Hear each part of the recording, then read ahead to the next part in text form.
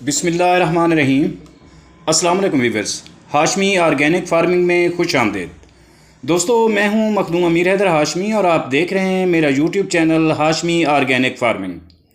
दोस्तों, पीटीआई के चेयरमैन इमरान खान समेत उनके जो सियासी कारकुन जेलों में थे, जिनमें ईमान मज़ारी और शाह महमूद कुरैशी के अलावा और भी बहुत से जालों ने अदालत से रजू कर लिया, जिनमें ईमान मज़ारी की ज़मानत मंजूर और चेयरमैन पीटीआई की इस्लामाबाद हाई कोर्ट में दायर पिटीशन पर बड़ा फ़ैसला आ गया। दोस्तों, इमरान खान की तमाम सज़ाएं मुअत्तल और तमाम केसेस से बरी करने की पिटीशन आज हाई कोर्ट में समाअत हुई। व्यूअर्स, आज मैं आपको चेयरमैन पीटीआई इमरान खान और शाह महमूद कुरैशी के मुतल्लिक एक बहुत बड़ी खुशखबरी सुनाने वाला हूँ। वीडियो बहुत अहम और दिलचस्प है, आप मेरे साथ रहें। बहुत शुक्रिया।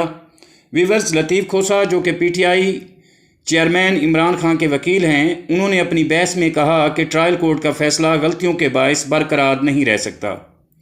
तोशाखाना केस में इमरान खान की ज़मानत और जेल से रिहा करने के बारे में मुदल्लल दलाइल दिए गए और चेयरमैन पीटीआई की नाअहली ख़त्म की जाए, इस पर भी हुमायूं दिलावर की तनज़ली बारे भी दरख्वास्त हाई कोर्ट में जमा करवाई गई।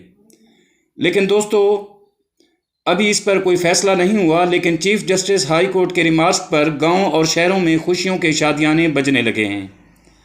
लेकिन हाई कोर्ट में अभी दलाइल और बहस शुरू है और साथ साथ चीफ़ जस्टिस साहब के रिमार्क का सिलसिला भी जारी है।